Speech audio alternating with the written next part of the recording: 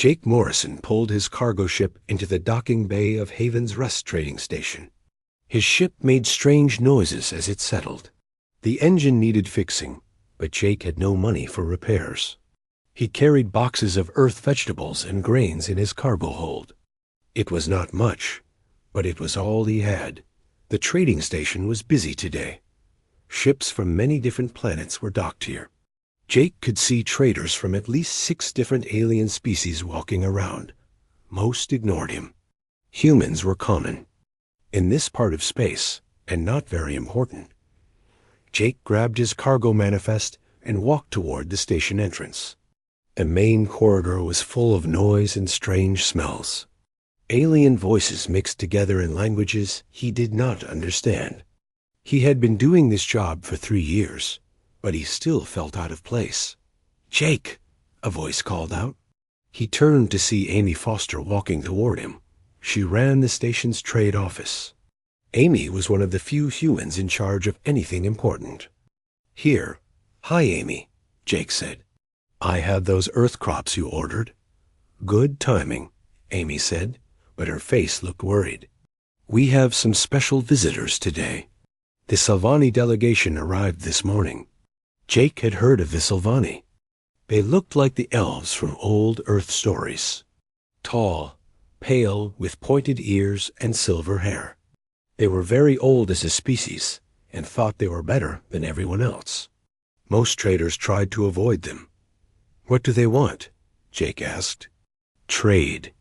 "Talks," Amy said, "but it's not going well. They won't eat anything we offer them." 3 different species tried to provide food for them. All failed. The Sylvani delegate got sick each time. Jake followed Amy through the station. They passed a group of alien traders standing near a bar. Jake recognized some of them.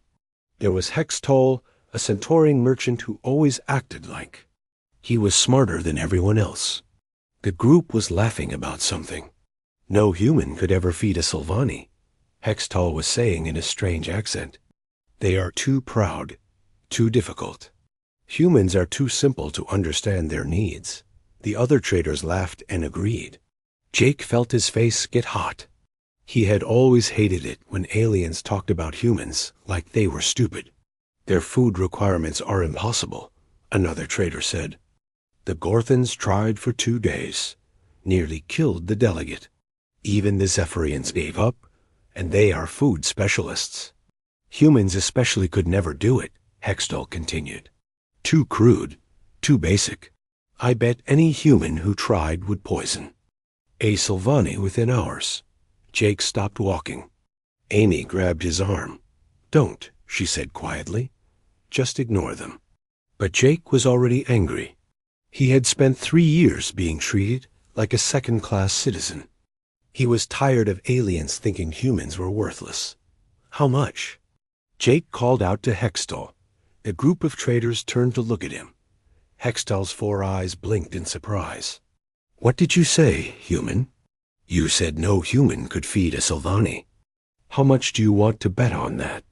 Amy pulled harder on Jake's arm. "Jake, no. You don't understand what you're getting into." Hextall smiled, showing his sharp teeth. "You want to make a wager? Very well. If you can successfully feed the Sylvani delegate for 1 full week without making her sick, I will give you exclusive trading rights to 3 Centaurian agricultural worlds." The other traders started talking excitedly. This was big.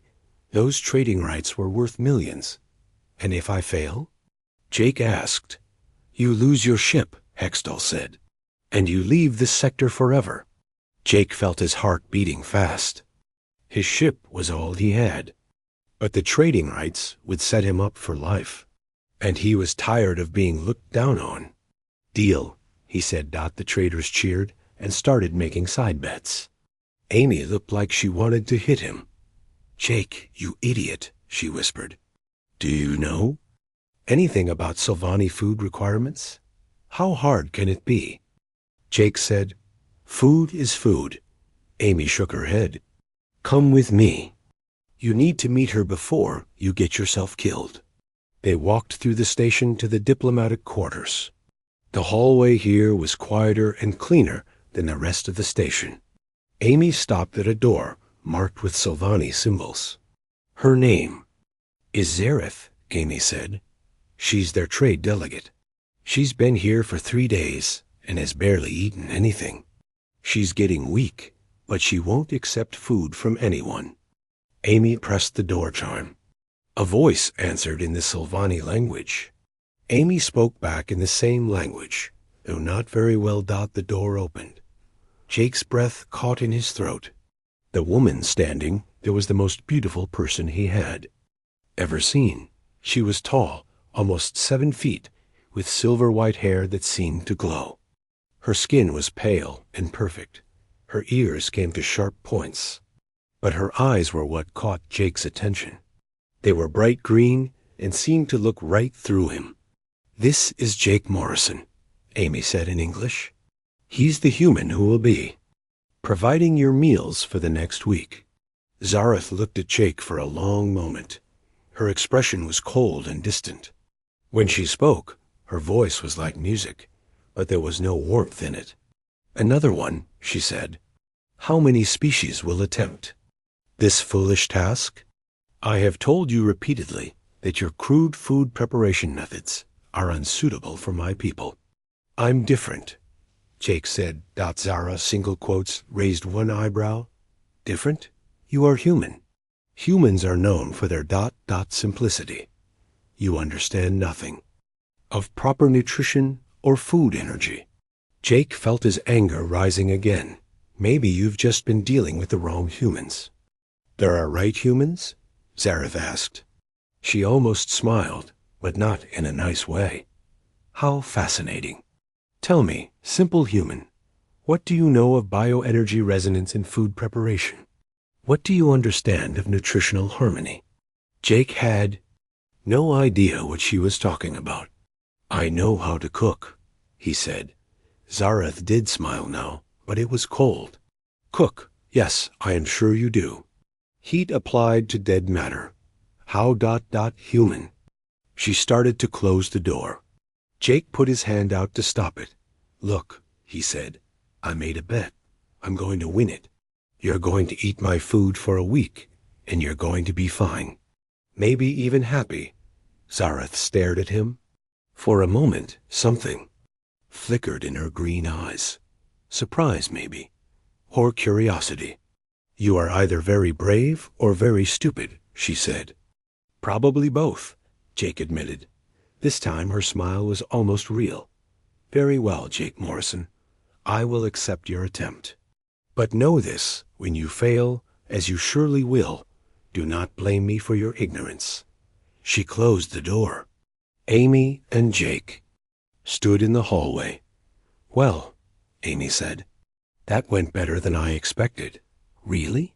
"She didn't immediately call security to have you removed. For her, that's practically friendly."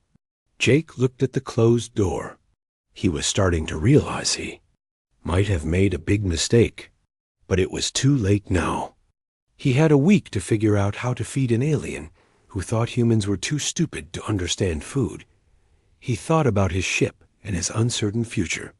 Then he thought about Hextall's smug face and all the times aliens had treated him like he was worthless. Time to prove them wrong, he said to himself. Amy sighed. "I hope you know what you're doing." Jake didn't. But he was going to figure it out. He had to. Jake spent the first night reading everything he could find about Silvani food needs.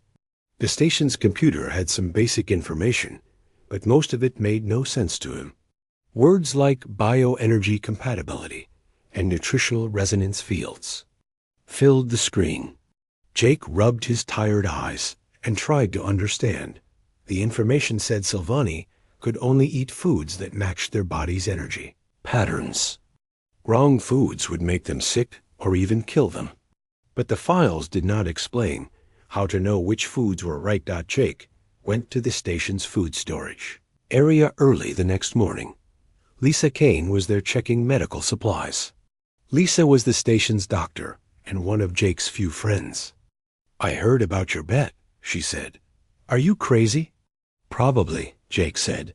He was looking at different food packages. But I have to try. Jake, 3 other species failed. The Gorthons are food experts. Even they couldn't do it. Jake picked up a package of protein paste. The label said it was safe for most alien species. Maybe they were thinking too hard about it. Lisa shook her head. The Sylvani delegate hasn't eaten a real meal in 3 days. She's getting weak. If you make her sicker, she could die. Then I better not mess up. Jake took several different food packages and went to the small kitchen area near the diplomatic quarters. He had asked Amy for permission to use it. The kitchen was clean and had basic cooking equipment. He decided to start simple. The protein paste was supposed to be safe. He added some earth spices that the computer said were not harmful to Sylvani. He mixed everything together and heated it gently. The mixture smelled okay to him. Jake put it in a bowl and walked to Zareth. Door. He pressed the chime. Your first meal, he said when she opened the door. Zareth looked at the bowl. Her nose wrinkled slightly. What is it? Protein paste with some spices. The computer says it's safe for your species. Zareth took the bowl and looked at the food. She closed her eyes for a moment, like she was concentrating. Then she took a small bite. Jake watched her face. At first, nothing happened. Then Zareth's face went pale. She dropped the bowl and rushed back into her room. Jake heard her being sick in the bathroom. Great start, he said to himself. Jake cleaned up the spilled food and went back to the kitchen. He tried again with a different combination. This time he used synthetic vegetables and a mild broth. The result was the same. Zaret H. took 1 bite and got sick by the 3rd day. Jake was getting desperate. He had tried 8 different meals. All of them made Zareth sick. She was looking thinner and weaker each time he saw her. The other traders were starting to laugh at him when he walked by. Having trouble, human? Hextall asked when Jake passed the trading area. Perhaps you should give up before you kill her. Jake ignored him and kept walking. But he was starting to worry that Hextall might be right.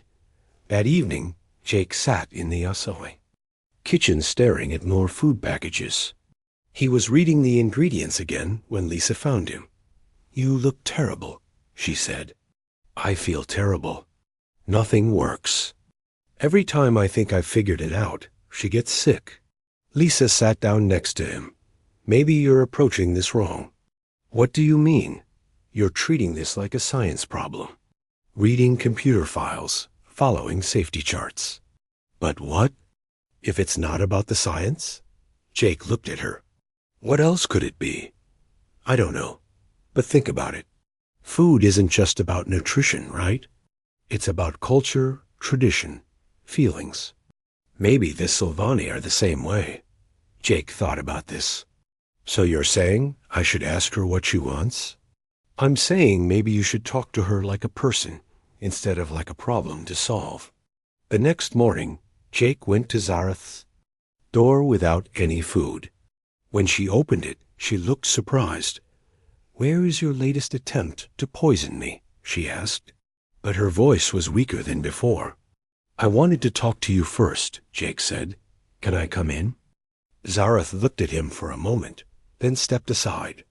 Her room was simple but elegant. Everything was very clean and organized. Why are you really here? Jake asked. What do you mean? On this station. Amy says it's for trade talks, but I think there's more to it. Zareth was quiet for a long time. She sat down in a chair by the window. You are more observant than I expected. So there is more. My people, we are having difficulties. Our food production has been failing. We need to find new sources, new ways to feed ourselves. But we cannot accept help from other species. It would be ... shameful. Jake sat down across from her. So you're here to see if anyone can figure out how to help you without you having to ask for help. Something like that. And you've been testing other species by letting them try to feed you. Zareth nodded. If they could succeed, it would prove that cooperation might be possible. But they all failed. They treat food as mere chemistry. They do not understand that eating is about more than just nutrients. What else is it about? Zarath was quiet again. She looked out the window at the stars. It is about trust. When someone prepares food for you, they are taking care of you. They are saying that your life matters to them. But it must be genuine. We can sense when someone does not truly care. Jake thought about this. So all those other species failed because they were just trying to solve a problem? Yes, they saw me as a puzzle to figure out, not as a person to care for. What about me? Do you think I care? Zareth looked at him. I do not know. Do you? Jake realized that somewhere over the past 3 days, he had started to care. He was worried about her. She was getting weaker, and it scared him. Yeah, he said, I do care. I don't want you to be hungry or sick. Something changed in Zareth's expression. Her eyes got softer. Tell me about your people's food, Jake said. Not the science stuff. Tell me what it means to you. Zareth began to talk. She told him about meals shared with family, about how food was prepared with intention and love, about how her people could sense the emotions and care that went into cooking. It is not just about avoiding harmful ingredients, she said. It is about positive energy, about the cook's genuine desire to nourish and care for the person who will eat the food. Jake listened carefully. When she finished talking, he had an idea. Will you let me try one more time? He asked, I suppose. But please, nothing complicated. I am very tired. Jake went back to the kitchen. This time, he ignored all the computer files and safety charts. Instead, he thought about what Zareth had told him. He chose simple ingredients, a basic nutritional broth, some mild herbs, and a grain that was supposed to be safe for Silvani. But as he cooked, Jake focused on something different. He thought about Zareth sitting alone in her room, hungry and hungry, far from home. He thought about her people struggling to feed themselves. He tried to put genuine care and concern into every step of the cooking process. When the simple soup was ready, Jake carried it to Zareth's room.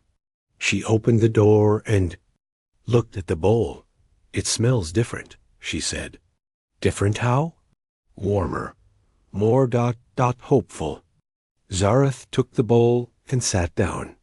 She closed her eyes and breathed in the smell. Then she took a small sip. Jake held his breath and waited for her to get sick again. But instead, Zareth's eyes opened wide. She looked at him with surprise. This is acceptable, she said. She took another sip, then another. She finished half the bowl before setting it down. How? She asked. I listened to you, Jake said, and I stopped trying to solve a problem. I just tried to take care of you. Zareth stared at him. You are not what I expected from a human. What did you expect? Someone crude, simple, selfish. Well, I'm definitely simple, Jake said. But maybe that's not always a bad thing. For the first time since he had met her, Zareth smiled. It was a real smile, warm and genuine. Perhaps not, she said. Will you bring me dinner as well? If you want me to. I would like that. Jake left her room feeling better than he had in days. He had 4 more days to go, but for the first time, he thought he might actually win this bet. More importantly, he was starting to understand that this was about more than just a bet. It was about proving that humans could care for others, even those who were very different from them. And maybe, just maybe, it was about helping someone who needed it. Jake brought Zareth 3 meals every day for the next 4 days. Each time, he thought carefully about what she needed. Not just the food, but the care behind it. Zareth ate everything he prepared without getting sick. Other people on the station started to notice. Jake saw Amy watching him with surprise when he walked past with food trays. Some of the alien traders stopped laughing and started looking worried. Hextall's four eyes narrowed whenever he saw Jake. "You are different from other humans I have met," Zareth said on the 5th day. She was sitting by her window, eating a simple meal Jake had made from vegetables and grains. "How so?" Jake asked. He had started staying to talk with her during meals. She seemed to like the company. "Most humans I have heard about are loud and pushy. They want things immediately. But you are patient. You listen." Jake thought about this. Maybe those humans just never had a good reason to be patient. "What is your reason?" Jake was not sure how to answer. "I guess I want to understand you. Your people. Why is food so important to you?" Zareth set down her spoon. "May I tell you something about my world? Please. We live in great cities built in the trees. Our food comes from plants that grow in harmony with the forest. Every meal connects us to our home, to our ancestors, to the life force of our planet." She paused and looked sad. "But the trees are dying. Some kind of disease we cannot stop. Our food sources are failing. Soon, my people will have to choose between starving or accepting help from other species." "What's wrong with accepting help?" "It goes against everything we believe. We are proud. We have always been able to care for ourselves. To ask for help would mean admitting we are weak." Jake understood now why this was so hard for her. But starving isn't exactly strong either. Zareth smiled slightly. "No, it is not. That is why I am here. If other species can learn to provide proper nourishment for us, perhaps we can find a way to trade without losing our dignity. And I'm the first one who's succeeded. Yes, you have shown that it is possible. That gives me hope." Their conversation was interrupted by the door chime. Jake opened it to find Amy standing outside with a worried expression. "Jake, we have a problem," she said. "Can I come in?" Zareth nodded, and Amy entered the room. "What's wrong?" Jake asked. "Some of the traders are complaining. They say you must be cheating somehow, using drugs or technology to trick Zareth's system." "That's ridiculous," Jake said. "I know that. But they're demanding proof. They want to inspect your food preparation. Some even want to run medical tests on both of you." Zareth stood up, and Jake could see anger in her green eyes. "They question my integrity? They're just scared," Amy said. "If a simple human can succeed where they failed, it makes them look bad, especially to their own people back home." "Let them inspect," Jake said. "I have nothing to hide." "It's not that simple," Amy continued. "Hextall is spreading rumors that you and Zareth are working together to fake the whole thing. He says no human could really understand Silvani needs." Jake felt his anger rising. So what does he want? "A public demonstration. Tomorrow. He wants you to prepare a meal for Zareth in front of witnesses, with ingredients he provides." Jake looked at Zareth. She was very quiet, but he could see she was upset. "What do you think?" he asked her. "I think they are trying to make us fail," she said. "If they control the ingredients, they can make sure you have nothing suitable. Maybe, but we've come this far. I don't want to back down now." Zareth studied his face. "You would risk failure? Your ship? Your future? For you?" "Yeah." Something changed in Zareth's expression. She looked surprised, then something else, something warmer. "Very well," she said to Amy. "We accept the challenge." Amy left, and Jake sat down across from Zareth again. "Are you sure about this?" she asked. "No, but I'm sure about you. We'll figure it out." That evening, Jake had trouble sleeping. He kept thinking about what Hextall might try to do. What if he provided ingredients that were actually harmful to Silvani? What if there was no way to make a good meal from what he was given? He got up early and went to the kitchen to practice. He tried making meals from different combinations. of basic ingredients. Simple things that should be available anywhere. Each time, he focused on the care and intention behind the cooking dot at noon. Half the station gathered in the main dining hall. Hextall had set up a cooking station with ingredients he had chosen. Jake looked at what was available. Basic protein, paste, synthetic vegetables, nutritional supplements, and water. Nothing fresh or natural. These are standard emergency rations, Hextall announced. Available on any ship or station. If the human can truly feed a Sylvani, he should be able to use any ingredients. Jake examined the items more closely. Everything was processed and artificial. The kind of food that kept people alive, but had no soul to it. Zareth sat at a table nearby, surrounded by alien traders who were watching her like she was some kind of experiment. Jake could see she was uncomfortable with all the attention. "You have 1 hour," Hextall said. "Prepare a meal that the Sylvani will eat without becoming ill." Jake picked up the protein paste and read the label. It was the same stuff that had made Zareth sick on his first try. But now he understood something he had not known then. He began to work. Instead of just mixing ingredients together, he thought about Zareth, about her home in the dying forests, about her people facing starvation, about how scared she must be sitting there with everyone watching. Jake heated water gently and dissolved some of the nutritional supplements to make a light broth. He added tiny amounts of the protein paste, working it in slowly so it would not clump together.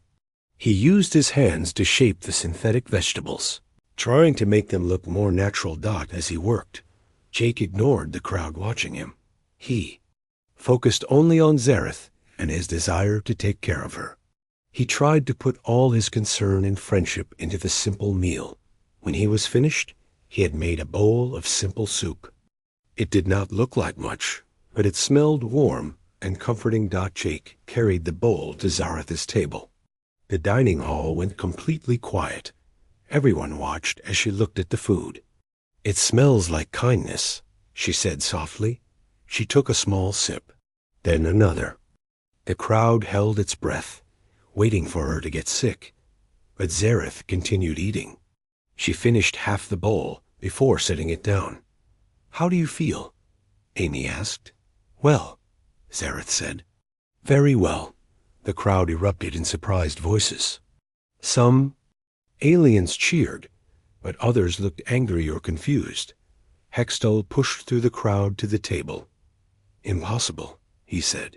"These are the same ingredients that made you ill before." "What is different?"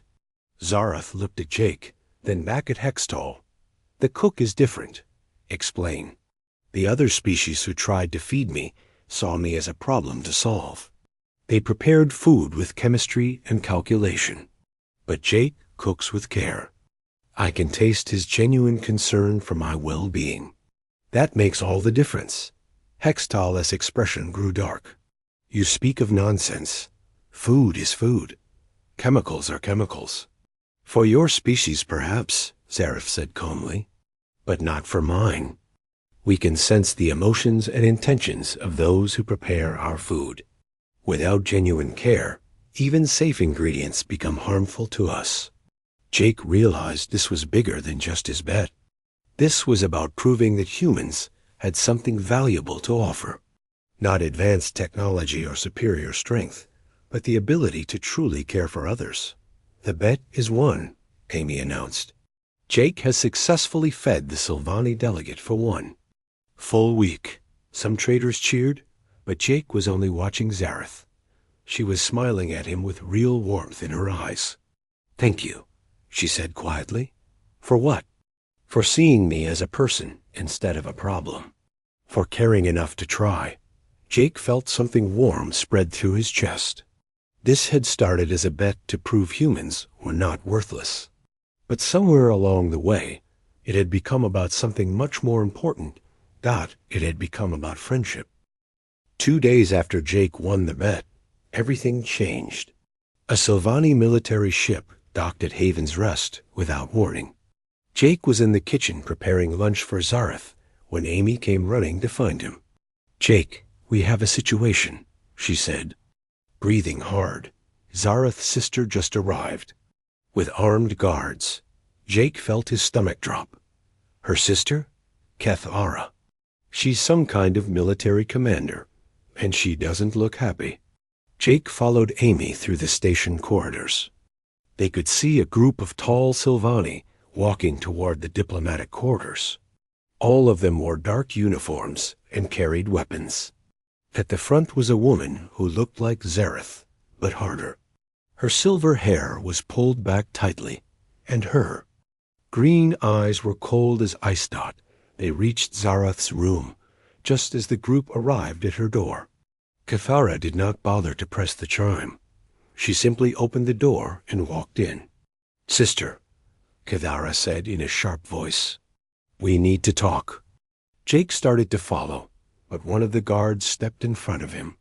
The guard was even taller than Zareth and had scars on his face. "You will wait here, human," the guard said. Through the open door, Jake could hear the sisters talking in their own language. Their voices were getting louder and more angry. Finally, Zareth switched to English. "I will not discuss this in front of strangers," she said. "Then send them away," Cathara replied, also in English. "No, Jake stays. He has been kind to me." Jake heard Cathara make a disgusted sound. The sisters continued arguing, but now Jake could understand them. "Reports have reached our homeworld," Cathara said. "Stories of you accepting food from an inferior species. Of you becoming dependent on a human for basic survival." "It is not dependence," Zareth said. "It is cooperation. It is weakness, and it shames our family name." Jake heard Zareth's voice get quiet and sad. "Our people are starving, Cathara. The tree cities are dying. If we do not find new food sources soon, we will all be dead within 5 years. Then we will die with honor. We will not beg other species for help like animals. I am not begging. I am learning. This human has shown that other species can understand our needs. That cooperation is possible. This human has corrupted you, made you forget who you are." Jake could not stay quiet any longer. He pushed past the guard and entered the room. Cathara turned to look at him with cold anger. "You," she said, "you are the one who has poisoned my sister's mind." "I've been feeding her," Jake said. "That's all. That's all?" Cathara's voice was full of contempt. "You have made her dependent on you. Weak, needy. She was once proud and strong." "She's still proud and strong," Jake said. "But she's also smart enough to accept help when she needs it." Cathara stepped closer to Jake. She was much taller than him, and her hand rested on her weapon. "Help? From a human? We are an ancient people, human. We built cities among the stars when your species was still living in caves. We need nothing from you, except food," Jake said, "because your pride won't let you ask for what you need to survive." Cathara's eyes flashed with anger. For a moment, Jake thought she might actually hit him, but Zareth stepped between them. "Enough," Zareth said. "Cathara, you will not threaten him. I will do what is necessary to restore your honor.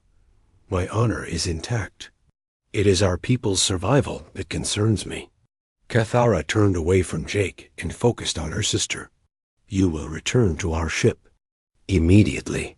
You will eat our traditional rations and prove that you are still truly Sylvani. And if our rations make me sick, if my body has adapted to Jake's food, then you will endure it. Better to suffer than to depend on inferior beings." Jake watched this conversation with growing anger and fear. He could see what was happening. Cathara was trying to force Zareth to choose between her family and her survival. "You can't be serious," Jake said. "You'd rather let her get sick than admit I might be able to help?" "Your help is not worth the cost," Cathara said without looking at him. "What cost? Her life? Her soul?" Our people's dignity. Jake looked at Zareth.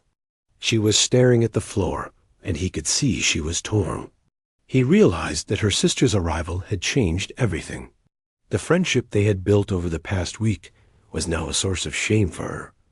"Zareth," he said softly, "you don't have to do this." She looked up at him, and he could see pain in her green eyes. I must consider my duties to my people. Your people need you alive and healthy, not sick and proud." "You do not understand," Cathara interrupted. "Our culture, our traditions, they are more important than individual survival." "That's the stupidest thing I've ever heard." The room went dead silent. All the Sylvani guards turned to stare at Jake, even Amy, who had been standing quietly by. The door looked shocked. Catharai's voice was deadly quiet. "What did you say?" Jake knew he was in trouble, but he was too angry to care. "I said it's stupid. Your people are dying, and you're worried about pride? About traditions? Dead people don't have culture. Dead people don't have anything." "Jake," Zareth whispered, "please stop." "No, someone needs to say this. You want to know what's really shameful? Letting people die because you're too proud to ask for help. That's not honor. That's just ego." Cathara's hand moved to her weapon. "You dare lecture us about honor? You, whose species destroys everything they touch. At least my species knows how to adapt when we need to. We're not too proud to learn from others. You are beneath us." "Maybe, but I'm the one keeping your sister alive." Cathara drew her weapon, a long curved blade that glowed with energy. But before she could do anything with it, Zareth grabbed her arm. "Sister, no. He speaks from ignorance, but not from malice. He insults our entire civilization." "He speaks truth," Zareth said quietly. "Painful truth." Cathara stared at her sister. "You agree with him?" Zareth was quiet for a long moment. Then she straightened up and looked directly at Cathara. "I agree that our people's survival is more important than our pride. I agree that we must adapt or die. And I agree that this human has shown more genuine care for my well-being than anyone else has in months." "Then you are lost to us." "No, I am found. For the first time in years, I have hope." Cathara put her weapon away, but her expression remained cold. "Very well, prove it. If this human's food is truly beneficial to you, then you should be able to return to our traditional diet without difficulty. Spend 3 days eating only Sylvani rations. If you remain healthy, I will consider that perhaps there is value in this ... cooperation." Jake started to object, but Zareth held up her hand to stop him. "And if I become ill?" she asked. "Then you will endure it until your body readjusts, as our ancestors did. And if I die?" Cathara's expression did not change. "Then you'll die." As a true Sylvani, Jake could not believe what he was hearing. "You're talking about your own sister." "I am talking about our people's honor." Zareth looked at Jake. "I must do this. I must prove to my people that I am still strong." "By making yourself sick?" "By showing that I can endure whatever is necessary for the good of my people." Jake felt helpless. After everything they had shared, everything they had learned together, it was all being torn apart by pride and tradition. "Zareth, please, don't do this." She reached out and touched his hand briefly. "I must, but thank you, Jake Morrison, for everything." Cathara and her guards escorted Zareth from the room. Jake watched them leave and felt like something important was dying. Amy put her hand on his shoulder. "I'm sorry, Jake." "This isn't over," he said. "What do you mean?" Jake looked at the empty room where Zareth had been staying. "I mean, I'm not giving up on her, or on her people. There has to be a way to make this work. Jake, you can't fight an entire culture. Maybe not. But I can try to save one person who matters to me." Jake left the diplomatic quarters and went. Back to his ship. He had some thinking to do, and maybe some planning. Jake did not see Zareth for 2 days. Cathara had moved her to the Silvani ship and would not let anyone visit. But Jake heard reports from station security. Zareth was getting sick again, just like before he had learned to feed her properly. On the second day, Lisa Kane found Jake in his ship's small cabin. He was staring at the wall and trying to think of a way to help. "Jake, you need to see this," Lisa said. She looked worried. "What is it? What is it?" "I've been monitoring the medical sensors near the Silvani ship.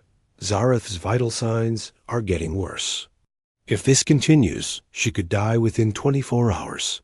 Jake jumped up. "We have to do something." "Like what?" "Her sister won't let anyone near her." Jake thought fast. "What about Amy?" "She's the station administrator. She has authority here. Cathara claims this is an internal Silvani matter. Amy can't interfere without causing a diplomatic incident." Jake felt frustrated and angry. "So we just let her die?" "I don't know what else we can do." That evening, Jake was sitting in the station's bar when he noticed something strange. The Silvani guards who usually stayed close to their ship were gathering in the main corridor. They looked worried and were talking urgently in their own language.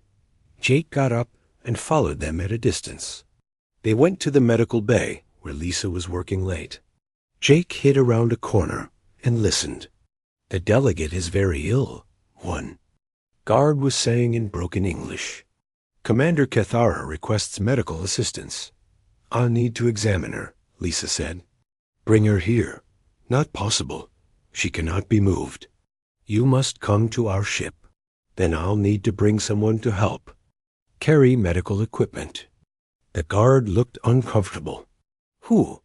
Lisa looked around and saw Jake hiding behind the corner. She gave him a meaningful look. "Jake Morrison," she said. "He knows the delegate's medical history." Jake understood. Lisa was giving him a chance to see Zareth.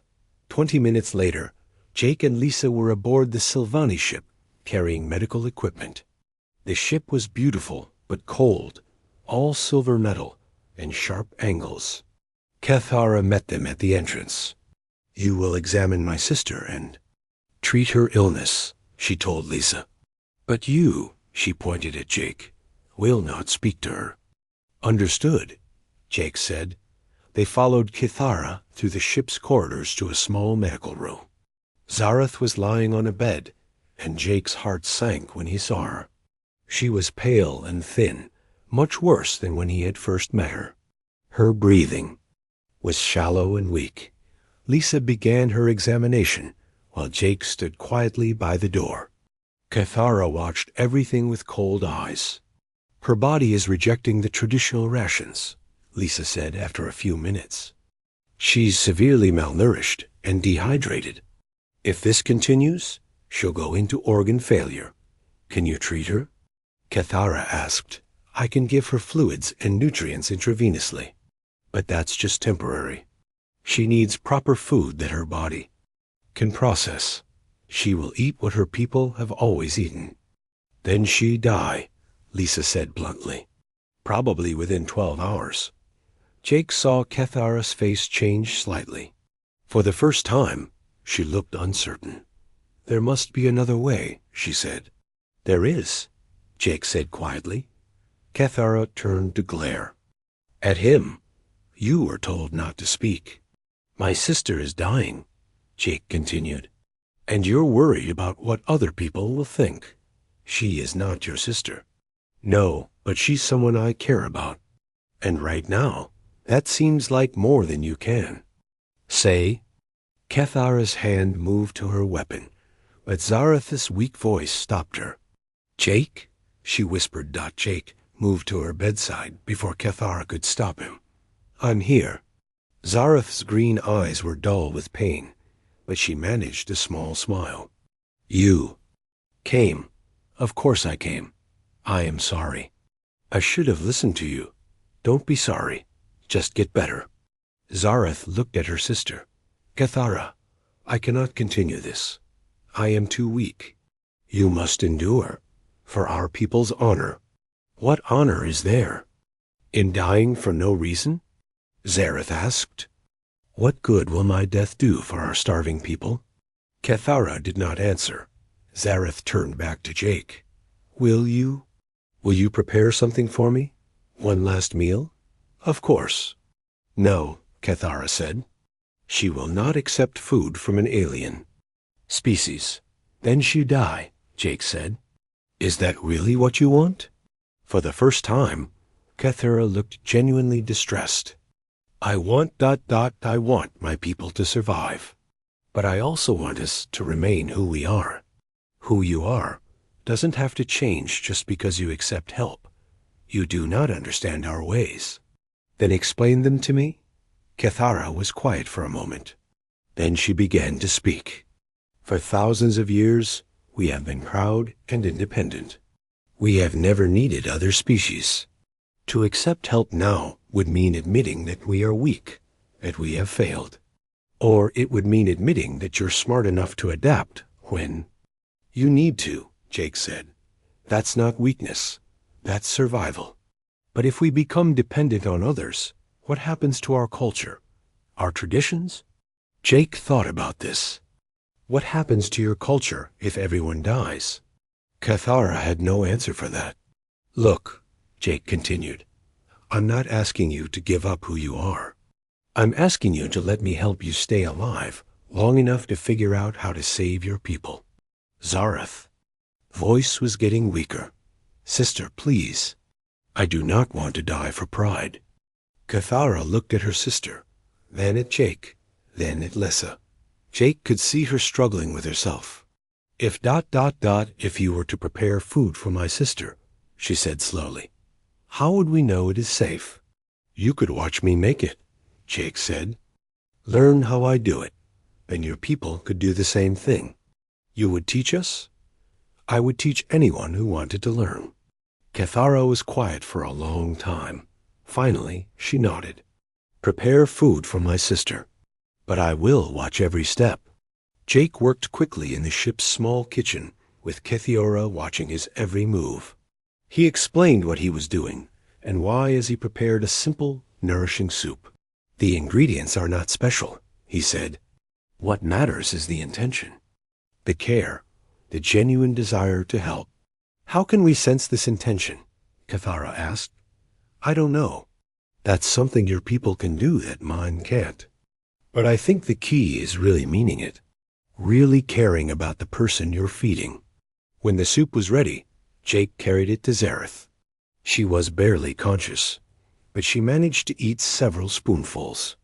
Within an hour, her color began to improve. It works, Cathara said, sounding amazed. It works because Jake cares about me, Zareth said. Her voice was stronger now. Could you do the same? Cathara looked uncomfortable. I do not know how to cook with such intention. Then, learn, Zareth said, for our people. Over the next week, something extraordinary happened. Cathara began learning to cook from Jake. She was awkward at first, too focused on technique and not enough on care.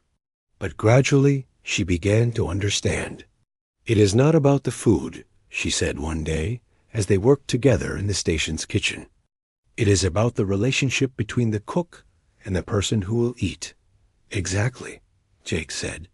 And that relationship has to be based on genuine care. This is difficult for my people. We are not used to being vulnerable. Being vulnerable isn't the same as being weak. Cathara thought about this. Perhaps not. Word of what was happening spread through the station. Other alien species began asking Jake if he could teach them similar techniques for feeding their own people. Some were skeptical, but others were genuinely interested. A month later, Jake found himself running a small business teaching interspecies food preparation. But his favorite part of each day was still preparing breakfast for Zareth. This morning, Jake had overslept. He rushed to their usual meeting place in the station's observation lounge, carrying a hastily prepared meal. "You're late, Zareth," said when he arrived. But she was smiling. "Sorry, I was up late working on that new food program for the Centaurian delegation. I was worried something had happened to you." Jake sat down across from her and handed her the breakfast tray. "Worried? I have become accustomed to our morning routine. When you did not arrive on time, I thought perhaps you had grown tired of feeding me." "Never," Jake said. "Besides, you can cook for yourself now. You don't really need me anymore." Zareth took a bite of her breakfast and looked thoughtful. "That is true. I could prepare my own food, but I prefer when you do it." "Why?" "Because when you cook for me, I can taste that you care about me. It makes the food more than just nutrition. It makes it a gift." Jake felt warm inside. "So I guess I'm stuck making you breakfast forever, if that is acceptable to you." "More than acceptable." They ate in comfortable silence, looking out at the stars. Jake thought about how much had changed since that first day when he had made a foolish bet. He had won trading rights worth millions, but that seemed less important now than the friendship he had found. "Jake," Zareth said. "Yeah? Thank you. For breakfast? For everything.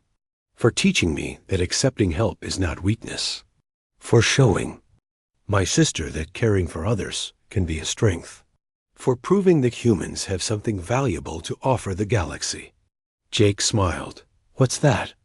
"The ability to see others as family, even when they are very different from you." Jake looked at his friend, this tall, elegant alien who had become one of the most important people in his life. She was right. Humans were good at that. "Well," he said, "family takes care of family.